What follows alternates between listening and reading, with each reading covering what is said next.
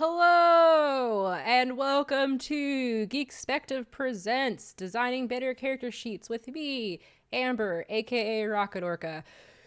Whew, just got out of our puzzle panel, so I'm a little bit like all over the place, and I gotta figure out if everything's gonna work okay.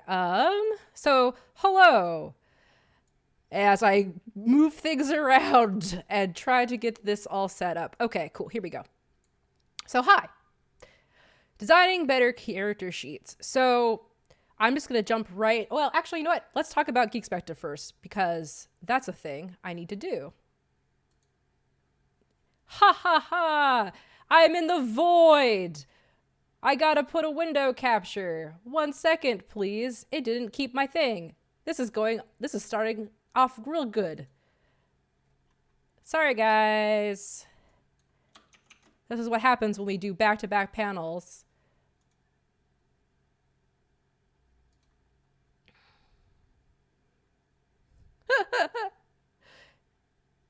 Fit to screen. Yes. That is what I want. Ah, there we go. Here's the PowerPoint that I made today. Come on. Doing real good. I want this to be zoomed up and better. Here we go. Yeah, okay, now we'll start for real. Again, hello, welcome to Designing Better Character Sheets.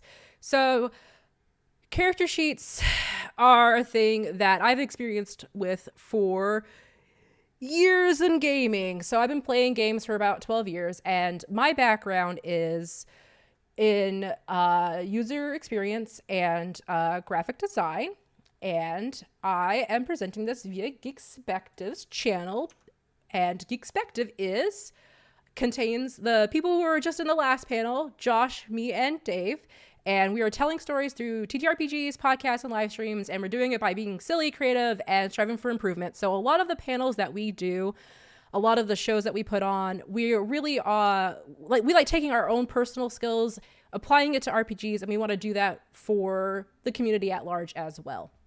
So you can find all of our stuff at geekspective.com, Twitter's at Geekspective. This panel will be up on YouTube as well. We have a Geekspective, and of course you can find our shows. We stream them live here on Twitch. So going back to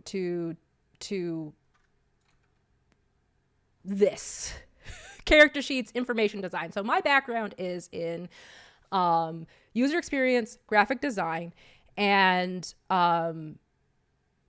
yeah, so I thought, going back to what we said about Geekspective, I want to be able to take this knowledge that's in my brain and see how we can apply it to helping us in the TTRPG sphere. So I will go through my presentation. I will have time at the end for questions. Hopefully I don't talk forever and take up the full entire hour, but we'll see because I tend to gab.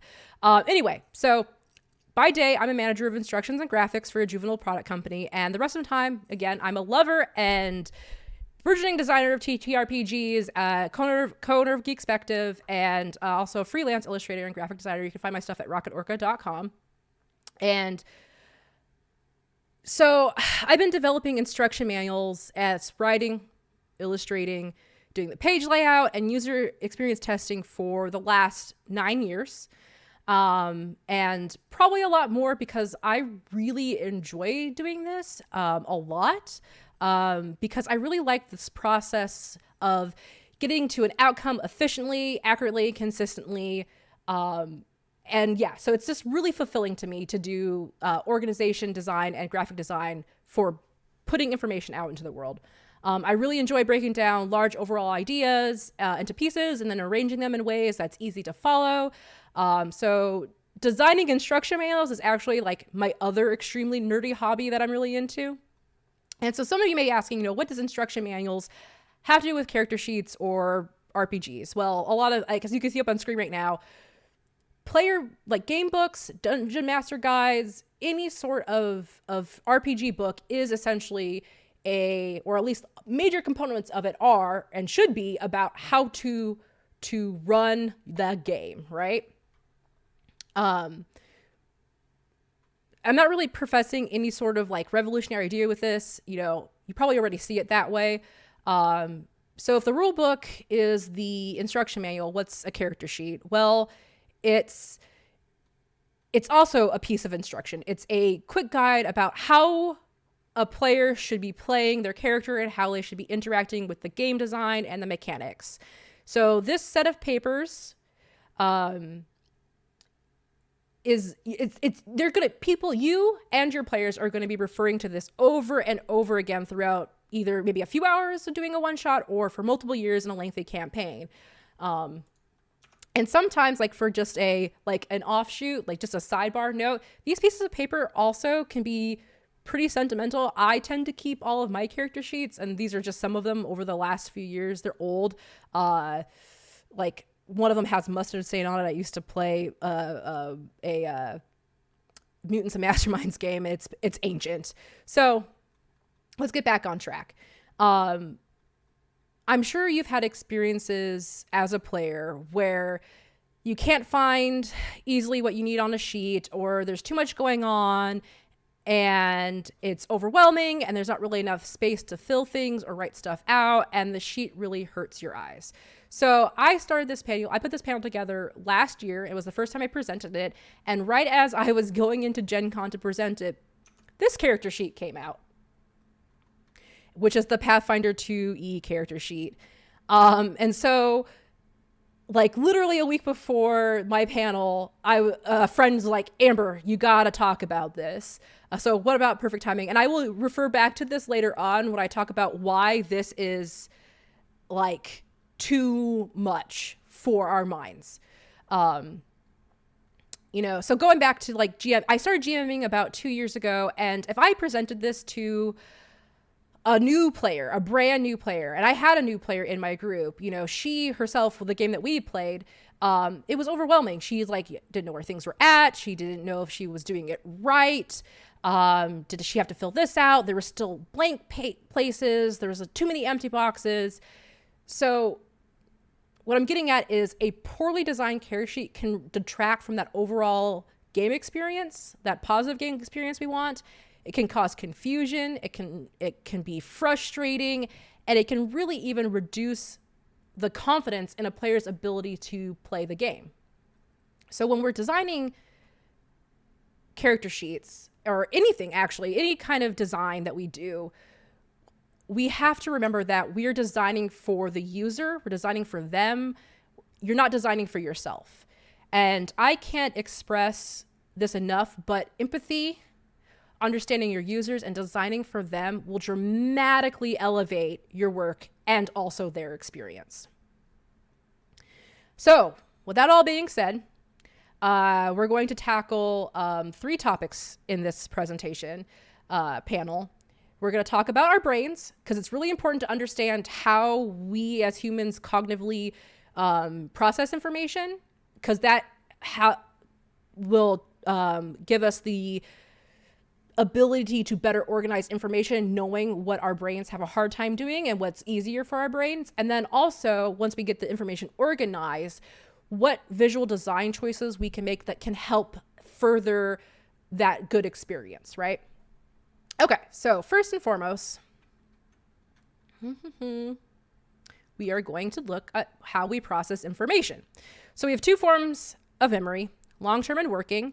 And our long-term memory is where we, it's like what we have as far as like I call it like these hard drives, right? It's a place where we have seemingly unlimited capacity for storing information. And it's where we keep things that we've learned, that we've drawn upon, help us get through life. Information like always check for traps and don't split the party. You can think of long-term memory, again, like as our brain's hard drive. Whereas working memory, which used to be called short-term memory, it's where we actively process information. For instance, if you're trying to figure out the answer to like, 2 bodies have I, though both joined in one, the more still I stand, the quicker I run. That's a riddle. We talked about riddles in our puzzle panel. In order to figure out what's going on and to understand that puzzle or riddle, we would be using our working memory. So working memory is a lot like RAM, except, computers are way more powerful than us. So there's actually some calculations done about working memory, and they found that we can really only hold 4 plus or minus 2 pieces of information at a time in our working memory. And that's because we have that very limited capacity, and it's vulnerable to being overloaded. Let me go through this. So the 3 types of mental loads that our brains have are cognitive, that helps us to relate to thinking and recalling information from our working memory. Visual, that's obvious when we look at something and recognize what it is. And motor, which is performing a task, clicking the button, turning the screwdriver, that kind of thing. Cognitive is the most expensive of these loads because it requires a lot of mental effort. There was an educational psychologist, his name's John Sweller. He developed this concept of cognitive load to describe the limitations working memory has while trying to learn or perform something. Heavy cognitive load typically creates error, confusion, frustration, and it also makes us inherently lazy. So I don't like saying lazy. I'll get to that in a second, but studies show people will do the least amount of work to get a task done. I talked about this in my last year. I was I was talking with some coworkers about what was it? It was like he was sharing with me that his parents used to drive like 20 to 30 minutes to a gas station to save 20 cents a gallon, and he didn't really understand it because why would they go so far out of their way for such little savings? And he said he would rather drive the 2 minutes to the gas station on the corner of the street and pay more because he was saving time. So what I'm getting at is we're not really lazy. It's just that we're trying to be efficient with our time, especially when a lot of the time, a lot of us are now just overwhelmed, right? We're creatures who really just want to optimize how our energy is spent. So when it comes to following information or following instruction, we glance, we scan for important information and try to filter out what isn't necessary. We don't want to think too long or too hard. And yeah, so especially when you want to sit down to play a game, right? Like I just want to play a game. There's aspects of me, like personally, I have a job that takes up a lot of my mental capacity during a day. So when I go to play a game, most times I just want to sit down and be able to play. And if the character sheet or the instruction is confusing or frustrating or not designed very well, that kind of gets in the way of my fun, right? So anyway, let's go into, we're driven to categorize. If there's a lot of information and it's disorganized, we become super overwhelmed. And then we start to try to categorize that information for ourselves. And this takes a lot of cognitive and mental resources to do, which is something as designers, we want to avoid our players or our users from experiencing that. The more organized information is, the more effectively people will be able to use it. So when it comes down to actually designing a character sheet, and specifically, it comes down to like 2 concepts. You're going to want to be able to organize your information effectively, and then you're going to want to make good visual design choices. So now we'll get into actually organizing information effectively. So knowing our brains have these limitations to it. I'm going to show you guys an exercise of me going through building a character sheet. But before we start doing that exercise, I want, these are the questions I ask myself when I start to go to design something. We need to ask ourselves, what is the goal? What is the sheet for? Is it going to be a campaign or a one-shot? What outcome do you envision your players having? What's important? What's necessary? We need to constantly be thinking about the player, get into their mind, really think about how they will be interacting with the sheet. We need to think about the character sheet in terms of active and passive instruction. That's kind of how I build my information hierarchy. And I will talk more about what active and proactive means in terms of information. But basically, it's what we like are trying to refer to the most, something that somebody's actively engaging with. If something in your game is something they actively engage with, that is something that you want to build your hierarchy around, right? That's the most important. It's core to your game. And so in your character sheet, that needs to be the active information, and that will be the most prominent on your character sheet. We also need to abandon the idea that a character sheet should be contained to one page. The less is more mentality is not especially useful when it comes to containers of information, especially if there's a lot of information that is poured into that container. Okay, so going into the exercise, we're going to look at a redesign for a one-shot character sheet. Actually, this was requested by my friend Josh, who was on my panel, Evil DM Josh. He asked me to turn playbooks for the Blades in the Dark into a simple pre-gen one-shot sheet. So again, I sat down at this and I talked with him too. I was like, what's your goal? Like, what do you want this to be? What's important? What are they going to be using the most? And so Josh's goal was he wanted to have his players sit down and immediately get into the game. They didn't have to, like, the only decision that they would need to make to start playing would be, what kind of heist trope character do I want to play as?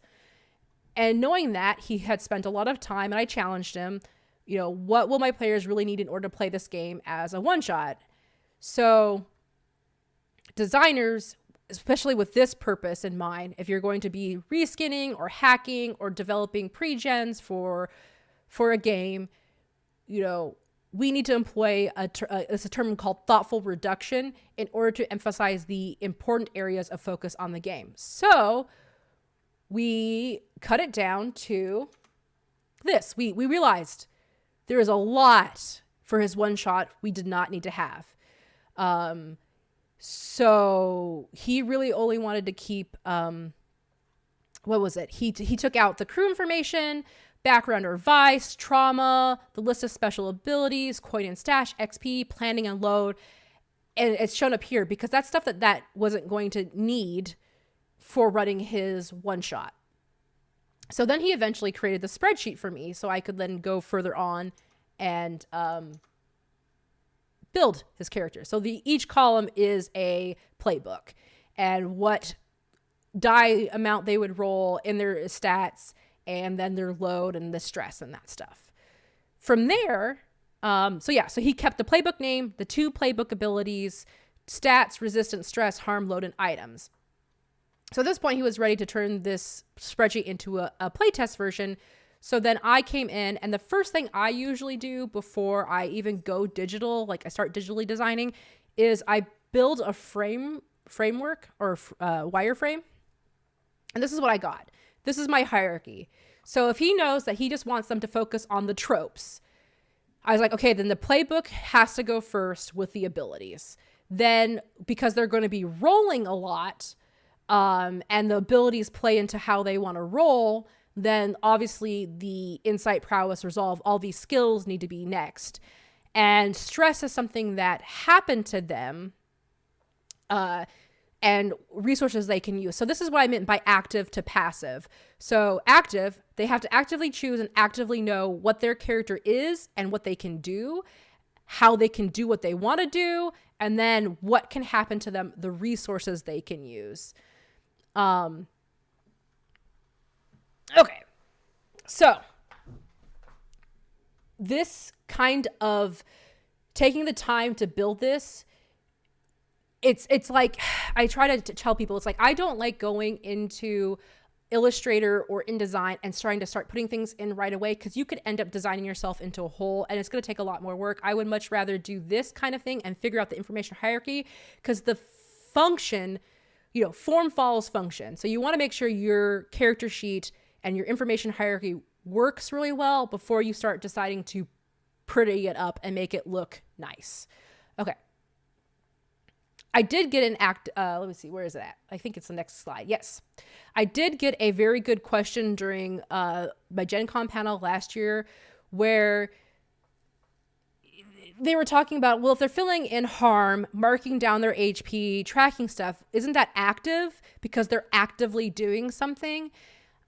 And so when I hope I'm explaining it pretty okay, but when using those terms, active and passive, I'm speaking strictly in terms of mental cognitive load. Do the players have to make proactive decisions, or are they reacting to something that happens to them?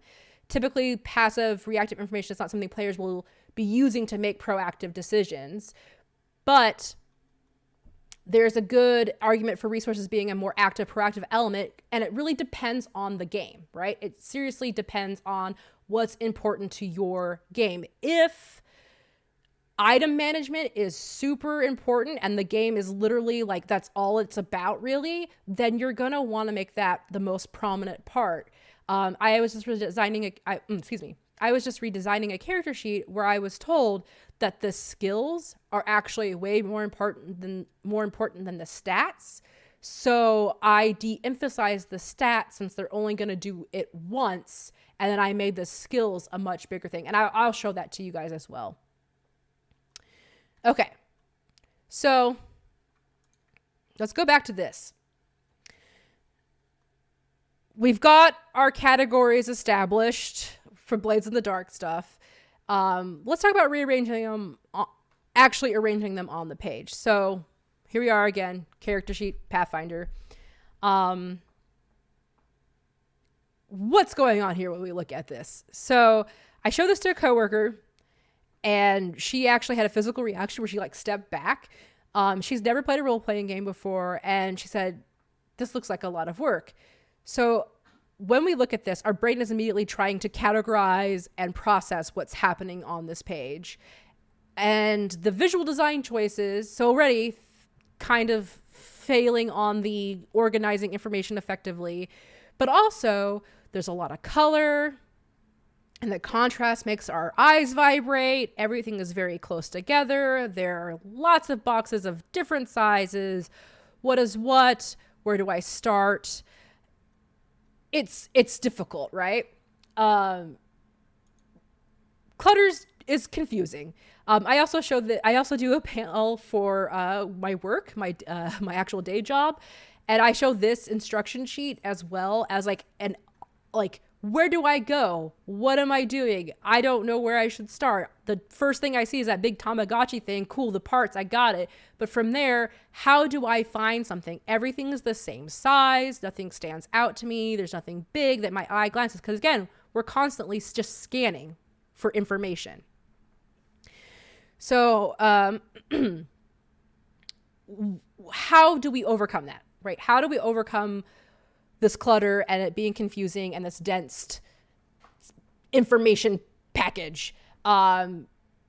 If we take the time, like I said at the beginning, to organize our information and try to build that hierarchy of what's important, what are people going to be referring to a lot more, we'll be able to do that thoughtful reduction. And then what's going to happen is you're going to be able to utilize white space. So here's another instruction sheet where that I usually get at my work presentations, where it's like, look at this. I can look at this instruction sheet and I can immediately say, oh, getting started. Even on my computer, even looking in Streamlab OBS, where it's very small right now, I can see get started, record and play, contact the, it's kind of a little bit whatever, but I can see that there are areas, and there's a lot of area to breathe. Our brains can breathe, thank goodness. So when I was talking about that Blades in the Dark sheet, all that process we did at the beginning, all that thoughtful reduction, that gave us that ability to use the white spaces, which, like you'll see when I get to it, we should be able to utilize much like this camera. And it's also why I want to get rid of that notion that it's better for everything to be on one piece of paper. Maybe for your game, there's a lot of active, proactive information, enough of it to fill a whole piece of paper, and that's fine. But you can spread it out on the whole sheet if it all belongs together.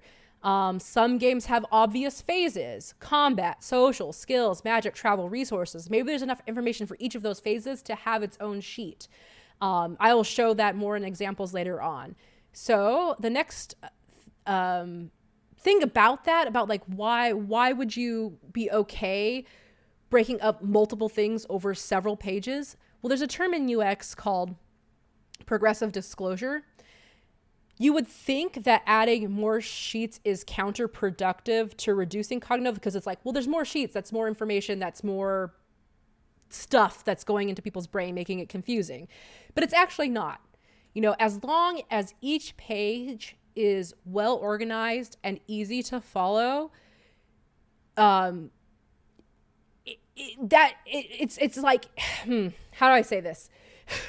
It shouldn't matter the amount of pages, because what I need on one page is there and it's all organized well. It's not going to take much more for me to move a page, because that's motor skills.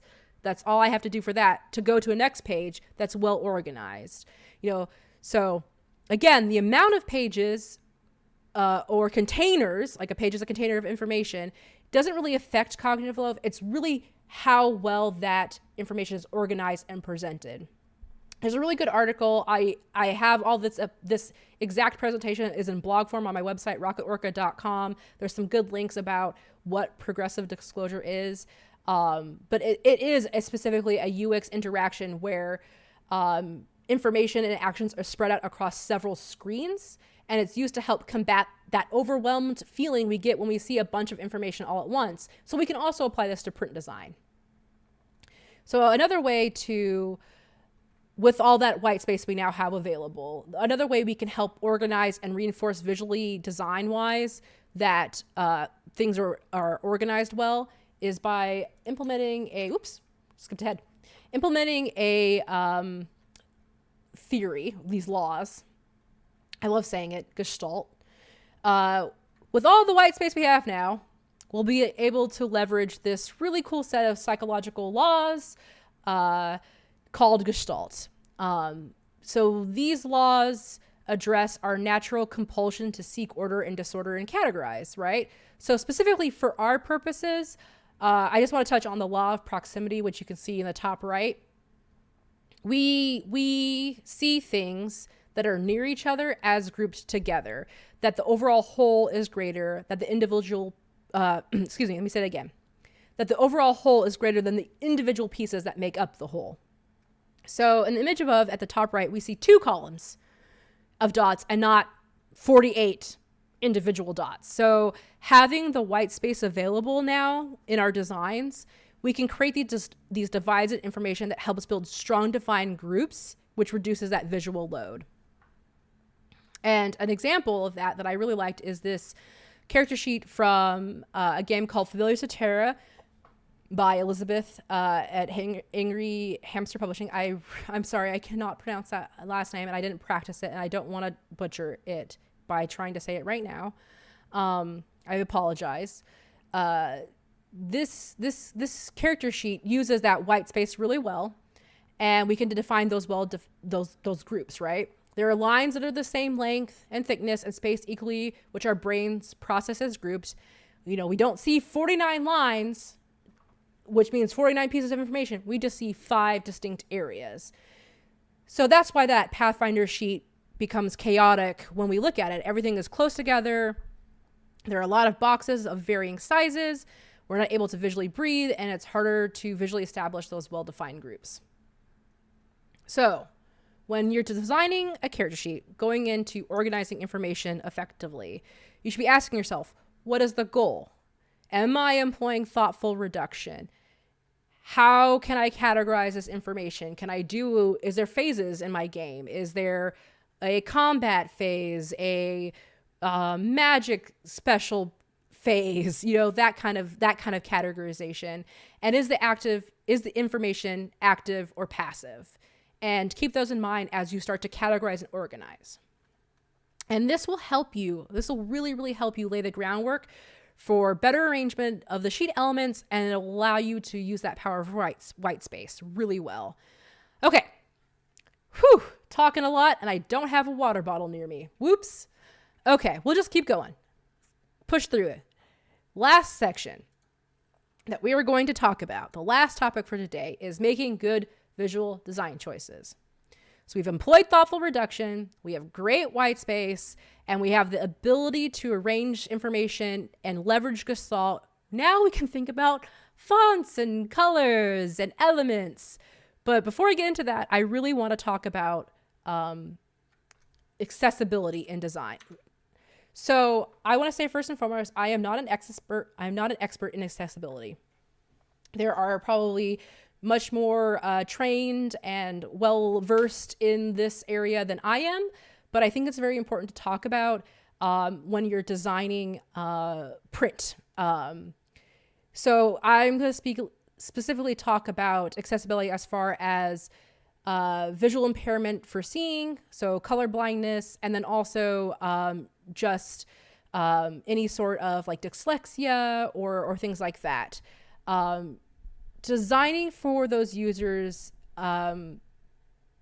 is a way to experience the role from another person's perspective, and then again practice empathy in our designing. So again, I'm going back to what I said at the beginning, where if you practice empathy in your design and really think about your users, you're going to really elevate your overall design in general. So there are already enough barriers in games, and it's really easy to forget, we're designing for this group. When text is hard to read, the experience becomes frustrating and your design won't work. In my opinion, and a lot of others, we should just go ahead and design for those users because it benefits everyone. Accessible visual design is better visual design for everybody.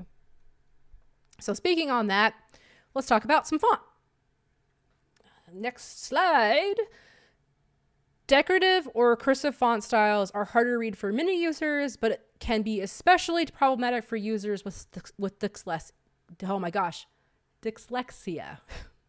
So small font sizes, italicized text, and all uppercase text can also be difficult for users to read. If you feel compelled to use decorative fonts because they do add to the tone or mood of your game, keep them out of body paragraphs, and just use them for section headers, but you have to make sure they're legible. So legibility refers to how well we can distinguish one character from another. So 1,000,000 years ago in my infancy, my graphic design infancy, I made a logo for my friend. It is this logo. And it's for an event called The Rite of Spring. And the font I chose wasn't the most legible. And if you look at it, the T in right, when uppercase, looks an awful lot like a C, and the G looks like a Y. So for the last 7 years, I've been going to the Rice of Spriney. That's what I mean by legibility. You want to make sure that your characters actually look like the letters and can't be mistaken for something else. So overall, with fonts, it's better to use larger text, shorter line lengths, taller line heights, and increased letter spacing. It will give a better reading experience generally. When it comes to body copy, typically serif fonts are good for print, while sans serif fonts are good for screen, though there are serif fonts that are designed for screen reading as well. With character sheets, we really shouldn't be using a lot of body copy. We'll mostly be using like headers, labels, and at most maybe a few short sentences at a time. So serif or sans serif can be used at your own discretion, I think. However, the headers, like we saw back in the flip camera video, or the flip video camera instruction sheet, those headers were super large. You could see it when you scanned. So your header should be larger and bolder than the rest of the copy on the page. That creates that instant framework of recognize, I can recognize that that's a section that I need to look at. Our eyes will catch those headers and we can quickly scan the page. So on this slide, I also have a website from Penn State that has a list of accessible fonts. I highly suggest if you're wanting to know what kind of fonts those are, you can go check it out. It's a very good baseline. And it's for web, but it can be applied to print as well. And more we're designing, digital character sheets and stuff too. So that would be also good to apply to your digital character sheets. The next is about, so we talked about legibility. So we're now going to talk about readability. So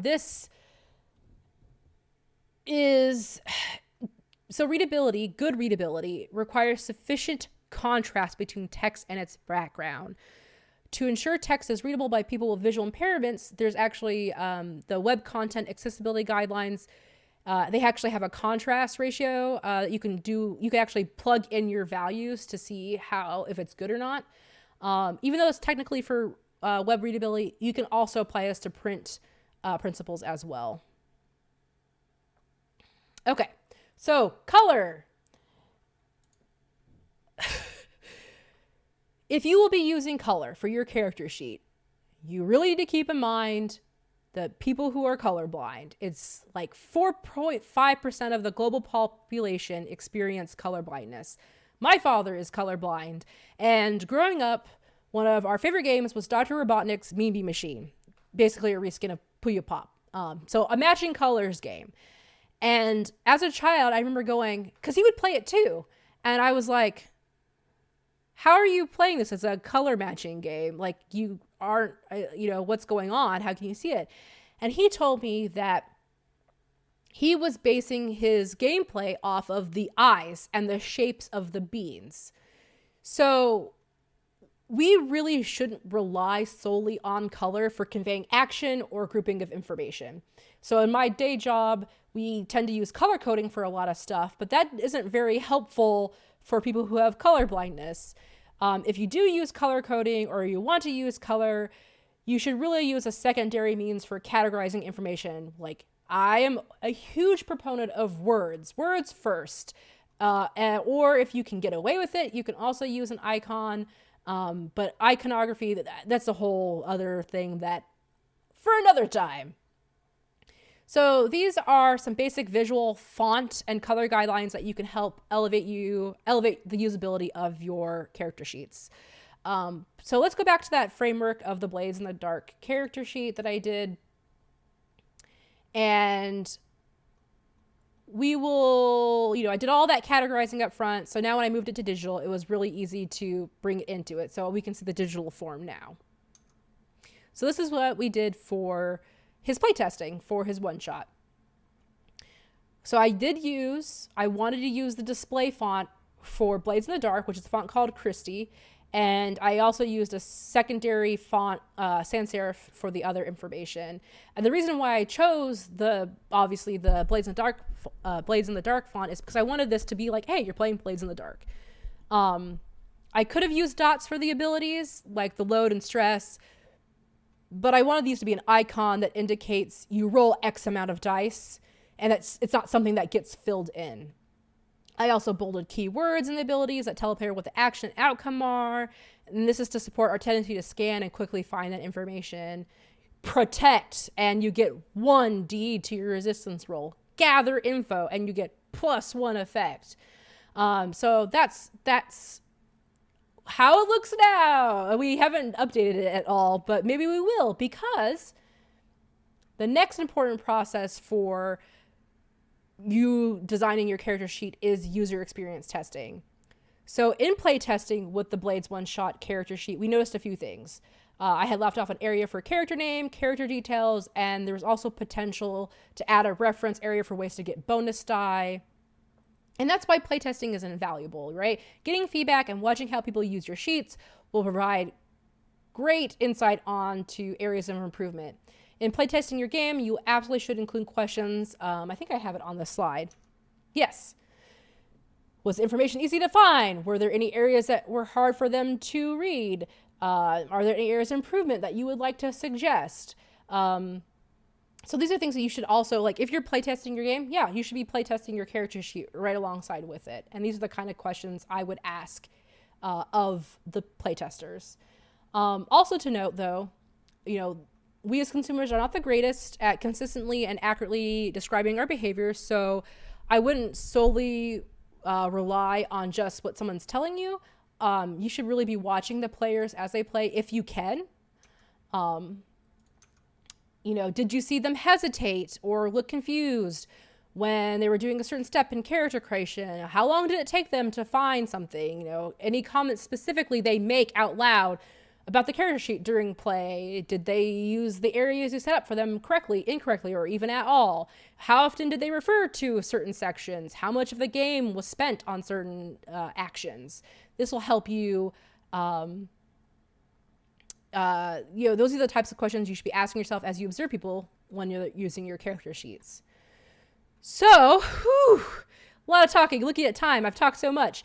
That about covers pretty much everything I wanted to share with designing character sheets. It's not super, it's a pretty comprehensive, but it's really just surface level stuff and a quick shot through of like design things. So, a lot to get into in 40-ish minutes. So it's time for examples.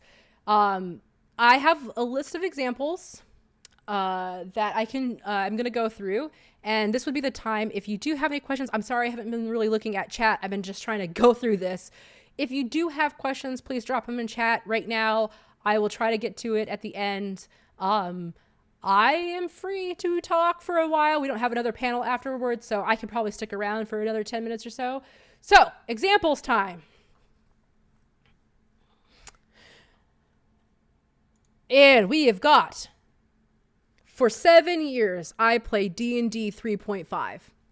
And this was the first 2 character sheets. This is honestly the experience I had that prompted me to start redesigning prompted me to start redesigning character sheets. So here's D&D 3.5 character sheet way back in the day, and over time, eventually, with my character, I redesigned it to look like this. So I played a Deathwalker Pixie who was a spellcaster, and I found the D&D 3.5 sheet very cumbersome for me finding information. And so I ended up reskinning it to look like this. Whew! It's very tailor-made to me. A very specific character sheet. If you can be specific in character sheet design, that would be great. I know you can't always do that with a game, but I'm a fan of making sure that people can get the information they need to play their character as well as possible. Not always going to be anything you can do. This is a Ryutama character sheet. Ryutama is my favorite game right now, and I've been running it on my podcast on Geekspective, Shapeshift, and this was the original character sheet, and over time, we as players, my team, my group, I could feel their struggle, especially with the strength, that icon taking up so much space when they should be writing a D, what their die should be. It just was a lot. And so they asked me if I could take a stab at redesigning. And I went to, real quick, I can look in. What size is the redesigned D&D character sheet? D Drake 3 asked. It was 8.5 by 11, so standard. So here's a Ryutama before. Here's what I did for after. This is how I talk about phases. So I made a character information sheet, and then I made a travel and combat sheet, and then over time I also made a magic sheet for spellcasters, because most all players will have character information and travel and combat, but only spellcasters ever have their own thing going on. So this was the standard 2 sheet that I was able to categorize. This was for a pre-gen character sheet I did for a guest on my show. And then I also did redesign the Zweihander character sheet this year for Grim Imperialist Studios. And this was their original. Now, looking at this, first glance, good. I think the visual design stuff looks fine. I think it looks inviting. It's light. It's spaced out. The issue we had here was organization. So as I went through character creation, and because I had also played this game, I had realized a lot of times I was going back and forth between a lot of different sections as I was going, and it was very cumbersome. The more I had to hunt and find and then go back and remember, oh, that was here, and then go back and then do that was very difficult. And so actually you could watch me design this character sheet. I believe the Zweihander YouTube channel has my show up. It's called Design Hander. And it's me designing the character sheet. So you can actually watch me. I think there's 6 episodes going through character creation process and filling it out and doing the framework and trying to categorize information and then redesigning and doing it all on stream. And so this is the original, and here is what I end up doing. Again, visually, not much different, but information-wise, we changed it. How it all was. One big change was keeping the peril and the damage together. Because you would think those trackers should go together. And that was my experience in play as well. So there's a question. Matthias, I'm sorry. I'm sorry I'm saying your name wrong. I think this is going to be interesting. I think the next character sheet I'm going to show is, the question was, well, I'm getting ahead of myself. Is it possible to make a language-free character sheet? I would say it'd be very difficult. It would depend on your audience, the culture you're in, and how well-versed they are in that game system. So, nope, that's not the next one. I'll get to that. We will look at that. I think I have a Star Wars character sheet that is not quite language-free, but pretty close. So I'm in the process of redesigning another character sheet for Against the Dark Master. This one was definitely a challenge. Only 2 sheets, a lot of information. I have just sent it back to the team to review, and it looks like this now. So there was, again, information, and I was trying to keep things related to each other, right? If passions is important to playing this game, and the drive points feed into passions, and heroic path is given from drive points, those things should be together. This was the character sheet I was talking about where they told me skills were super important, not so much stats. So to go back, this is what it looked like. This is what it looks like now. And again, this is something that I'm recording on my Twitch channel, twitch.tv/Rocket Orca. You can check that out. The VOD should still be up. I'm going to eventually put it up on my YouTube as well. So you can see the design process and the choices I made to get to this. And then this is the magic sheet, the less important, well, not less important, but less important to a character who does not do magic sheet as well. So I think this next one is...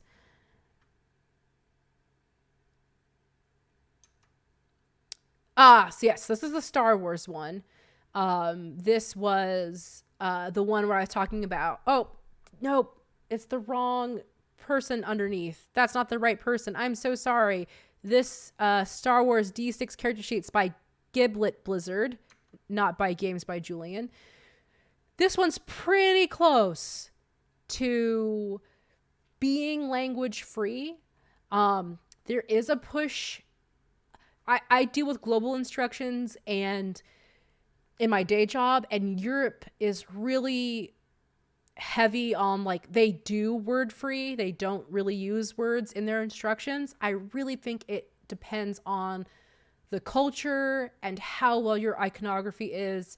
This is pretty close to almost no, like, as far as I personally would go, and the audiences that I work with would ever go one words stuff. But this was made for, I believe his son is autistic, and the Star Wars character sheet was a little bit too much, and so Giblet Blizzard redesigned it for his son. Then the next character sheet that you've been seeing is by Games by Julian. These are D&D 5e character sheets. And then I think my last one is, I just recently saw this on Twitter, like literally the last 2 days, Pinflower Inc.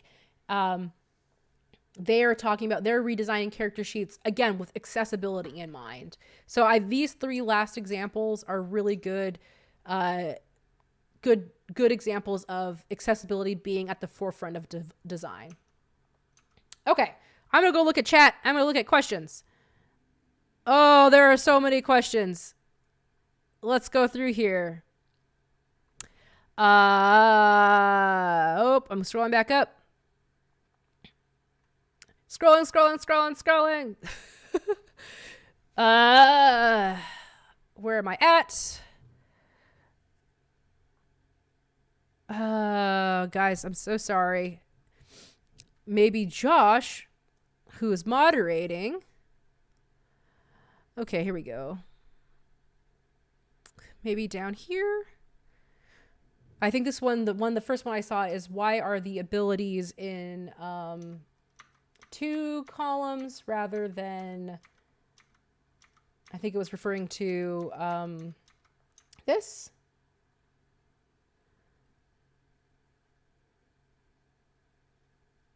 Character advances. Oh man, this is gonna be hard. I'm sorry if I can't answer your questions because I've lost track. I apologize. Why are the abilities in a single column rather than 2 columns? Okay, somebody else probably did that for me. Question, could you just touch on font pairings or reasons why you would want to avoid using multiple fonts? So I typically, the reason, the cognitive reason, I'm going to go back to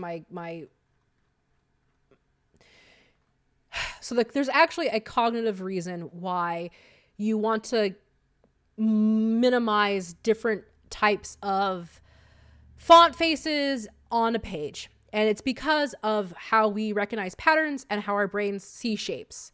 So, for instance, this is something I talk about for specifically technical illustrations or iconography. So every bump, dip, curve, input is something our mind has to process. And so for technical illustrations, for iconography, the more simple something is, the more recognizable something is, the faster a person can go, oh, that's that thing. So in technical illustrations, you tend to see a lot of things without a lot of detail. It's usually just the outline, because our minds can see and trace an outline really fast. So that's a thing about how our brains do with shapes and stuff.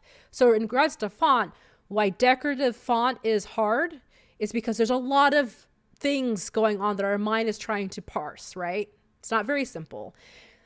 So you have that. So you have let's pretend you have a decorative font, another decorative font, and a sans serif font and a serif font. Every time you add a different pattern to the page, the more your brain has to figure out those patterns. And that is increasing your cognitive load. And it's also how we categorize things. So if I see a header and all of the headers are in the same font and the same format, I can quickly go, oh, that's telling me the header. That's telling me what this bucket's going to be. And when I see body copy in a certain way all over, I'm like, oh, that's body copy. If I see something in an italicized font, oh, that belongs together. So if you use a bunch of different fonts and you start adding more, that 4 plus or minus 2, you're just adding more cognitive load. So that's why you want to just be cognizant of how many fonts you're using. Okay, so that was a long answer.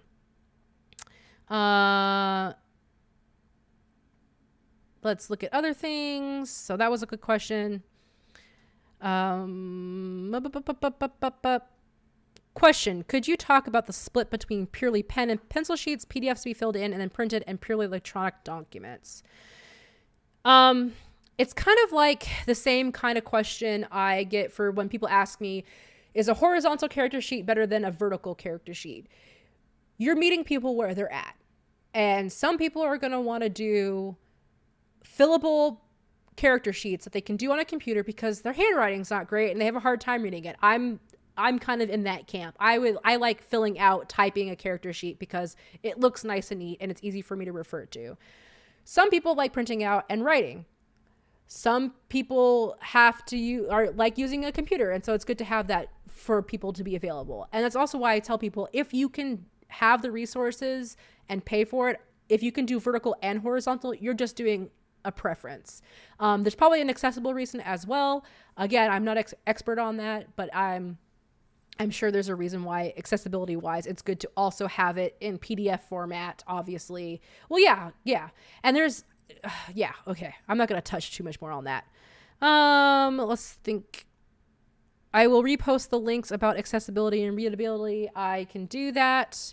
Actually, if you go to rocketorca.com and go to my blog, I have a series of these posts. You can find all that information.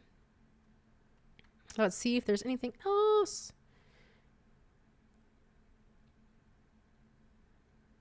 Question. What do you think accounts for just how drastically most RPG accessories, not even just sheets, favor usability harming Chrome over usability?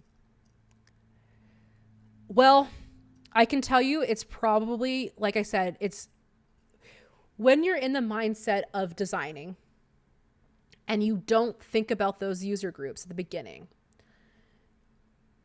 I think it's just a lack. Sometimes it can be a lack of awareness. Sometimes it's a lack of resources. Sometimes it can be just it's easier to just do this way. That's a thing.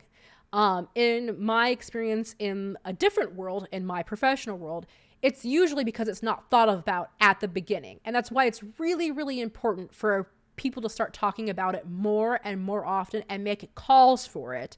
And I do see people on Twitter doing that more and more.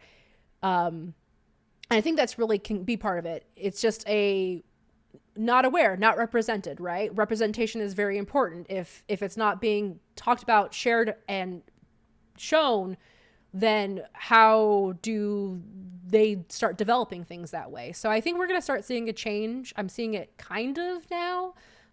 So hopefully that's a change that's coming.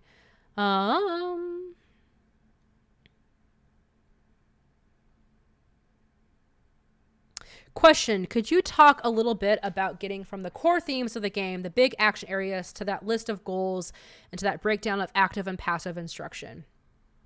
Okay, so we're going to talk a little bit about, I'm trying to think of a way to do this, because I don't really design games, but I do instruction manuals. And usually what I do when I'm designing an instruction manual for a product, I meet with the R&D team and I tell them, what's your goal? Like 1, 2, 3 done is their goal, right?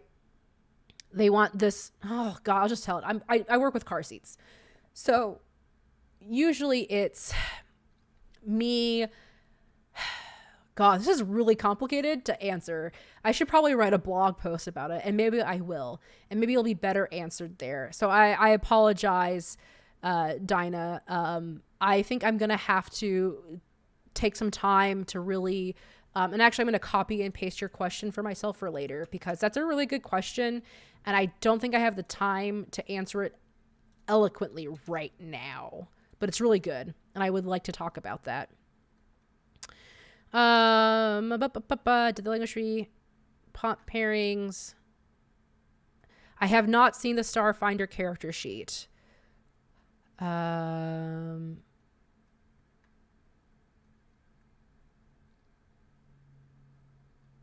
Okay. Oh, Josh is doing okay.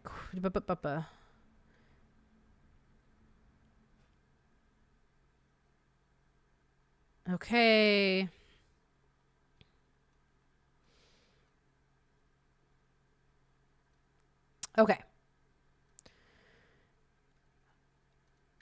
Okay, I think I got most all questions. And somebody, thank you, chat, so much for the people who have been posting things. Thank you, Josh, for moderating. I think I got them all. So, again, we'll just be wrapping this up now. So, Geekspective is my podcast network that I co-own with Josh at Evil DM Josh and Dave at Steady Minotaur. You can find all my work at rocketorca.com. You can follow me on Twitter at rocketorca, and I also have my own Twitch, twitch.tv rocketorca, and you can find all of our shows at geekspective.com and also here at twitch.tv geekspective, and also follow us on Twitter as well. We are always trying to figure out new panels and content to talk about, and also lots of stuff happening for Geekspective this year. A new thing I would like to promote is that I'm going to be taking over the Tabletop Babble podcast come October-November timeframe, and so then I'm going to start talking more with the community, and which I'm really excited about. So yeah, thanks for coming. Thanks for watching. I really appreciate your guys' questions, and if you have more, feel free to DM me. I think the one from Dinah is a really good question that I think I will try and take a stab at writing about and maybe doing a panel presentation on. And I think I'm going to close it from here and get a drink. So thanks for watching again, and bye!